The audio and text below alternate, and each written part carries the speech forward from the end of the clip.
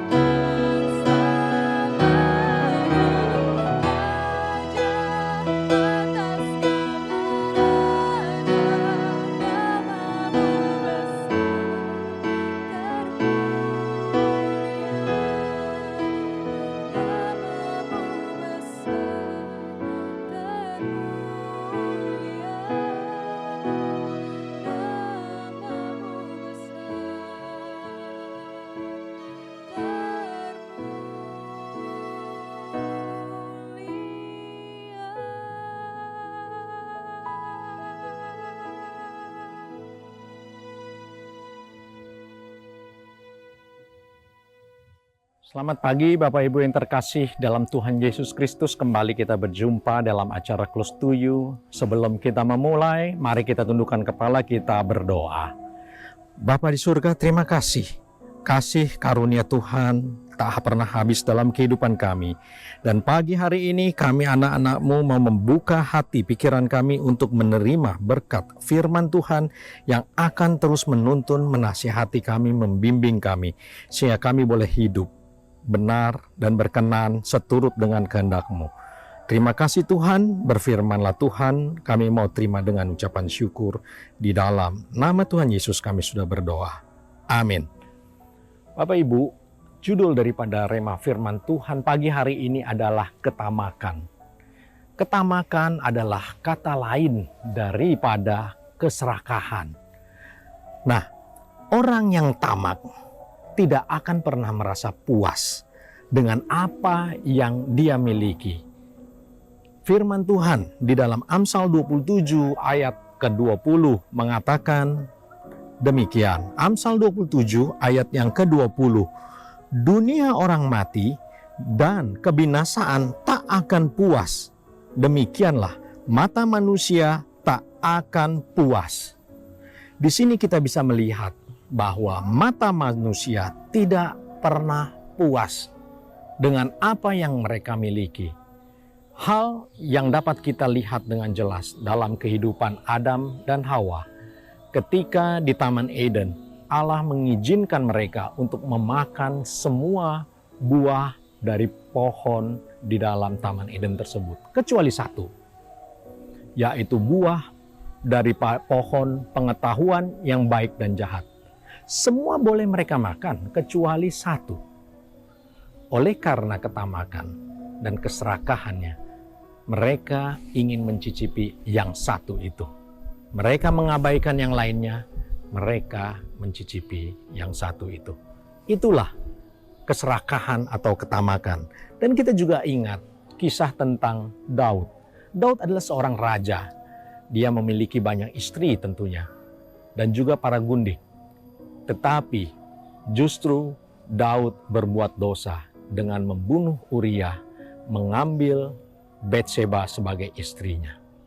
Itu adalah salah satu dosa dari ketamakan, dosa dari keserakahan. Dan juga di dalam perjanjian baru kita tahu Ananias dan Safira.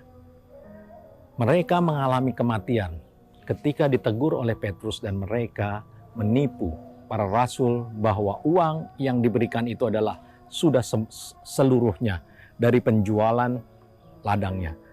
Hal inilah terjadi karena keserakahan, karena ketamakan. Hasil dari ketamakan itu semua adalah kejatuhan manusia di dalam dosa. Oleh sebab itu, Rasul Paulus dalam suratnya kepada jemaat di Filipi menuliskan tentang belajar mencukupkan diri dalam segala keadaan. Kita harus belajar mencukupkan diri dalam segala keadaan. Apakah itu keadaan kelimpahan? Apakah dalam keadaan kekurangan? Filipi 4 ayat 11 sampai 13 kita baca. Filipi 4 ayat 11 sampai yang ke-13. Demikian firman Tuhan. Kukatakan ini bukanlah karena kekurangan. Sebab aku telah belajar mencukupkan diri dalam segala keadaan. Jadi Rasul Paulus mengatakan hal ini bukan karena ia merasa kekurangan, tetapi mencukupkan diri dalam segala keadaan. Aku tahu apa itu kekurangan dan aku tahu apa itu kelimpahan.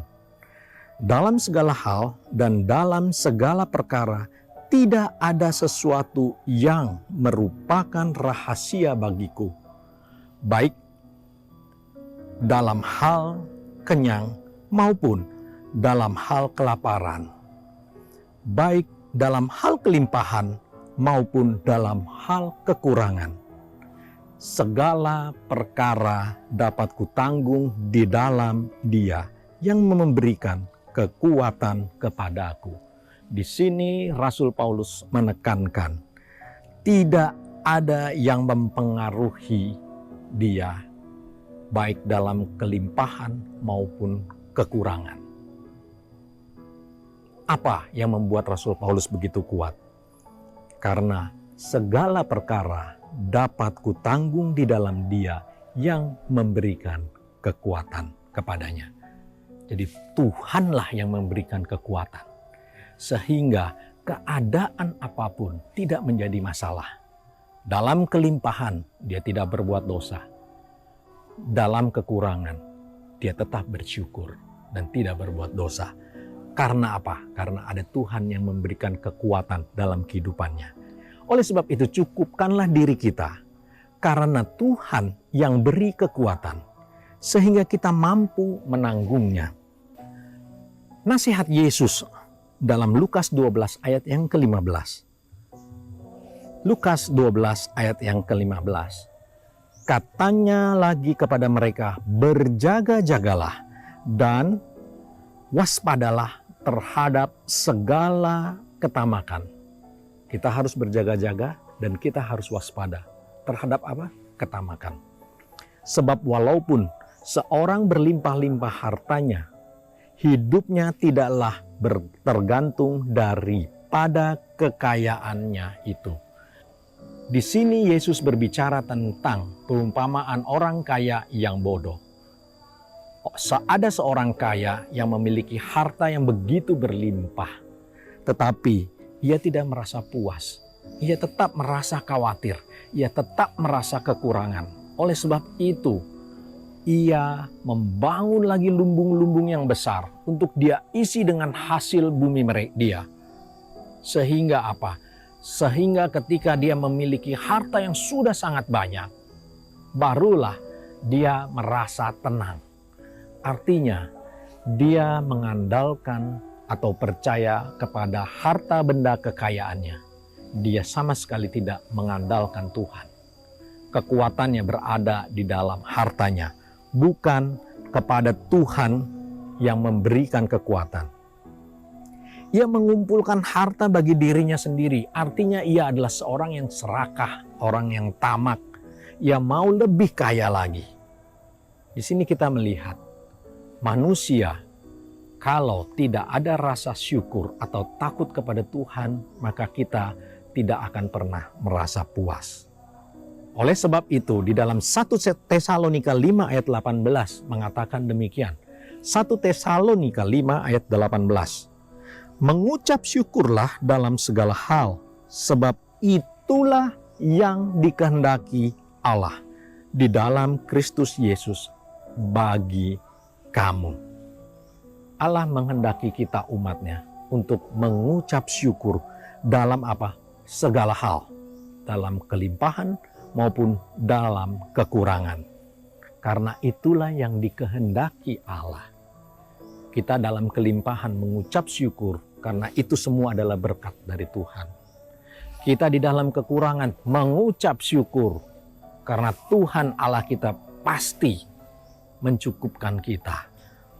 Di dalam Kristus Yesus bagi kamu. Karena Dia sudah memberikan anaknya yang tunggal untuk menebus kita. Oleh sebab itu, itulah yang utama. Kita harus mengucap syukur. Ingat, di dalam doa Bapa kami, Yesus mengajarkan, berilah kami pada hari ini makanan kami yang secukupnya. Artinya, setiap orang ketika makan memiliki porsi masing-masing dan ada batasannya yang secukupnya. Bukan berlebih-lebihan. Manusia saja makan sehari 3 kali. Tidak lagi bisa dilebihkan lagi. Karena memiliki kapasitas perut yang sudah ditentukan. Itulah Tuhan menghendaki kita untuk mengucap syukur dalam segala hal. Jangan kita menjadi tamak. Karena apapun yang kita makan, minum, pakai, Tuhan sudah siapkan sesuai dengan kebutuhan kita. Tuhan berikan sesuai apa yang kita butuhkan. Jangan kita rubah. Berikan Tuhan apa yang aku mau. Beda, karena Tuhan akan memberikan apa yang kita butuhkan. Bukan apa yang kita mau. Karena yang kita mau belum tentu sesuai dengan kehendak Tuhan. Oleh sebab itu, rema firman Tuhan pada pagi hari ini adalah mengucap syukur dalam segala hal. Jangan kita menjadi tamak, jangan kita menjadi serakah. Oleh sebab itu, kita harus tetap waspada. Amin. Tuhan Yesus memberkati. Kita tundukkan kepala, kita berdoa.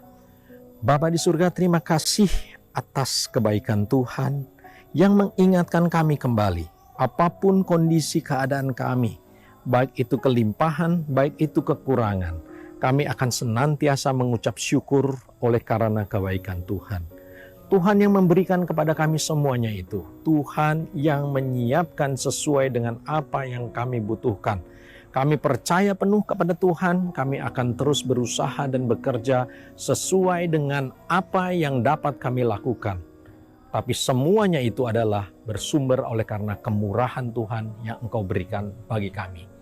Terima kasih Tuhan atas segala berkat Tuhan. Engkau menjamah setiap anak-anak-Mu yang mendengar atau menikmati firman Tuhan pada pagi hari ini. Apapun pergumulan mereka, Tuhan akan jawab. Tuhan akan berikan kemenangan demi kemenangan. Doa kami akan didengar Tuhan, dan Tuhan mendengar dan menjawab kami. Terima kasih ya Tuhan Yesus, di dalam nama Tuhan Yesus kami sudah berdoa. Amin. Demikian Bapak Ibu, rema firman Tuhan pagi hari ini tentang ketamakan atau keserakahan. Sampai jumpa di dalam acara Close to You berikutnya. Tuhan Yesus memberkati. Close to You.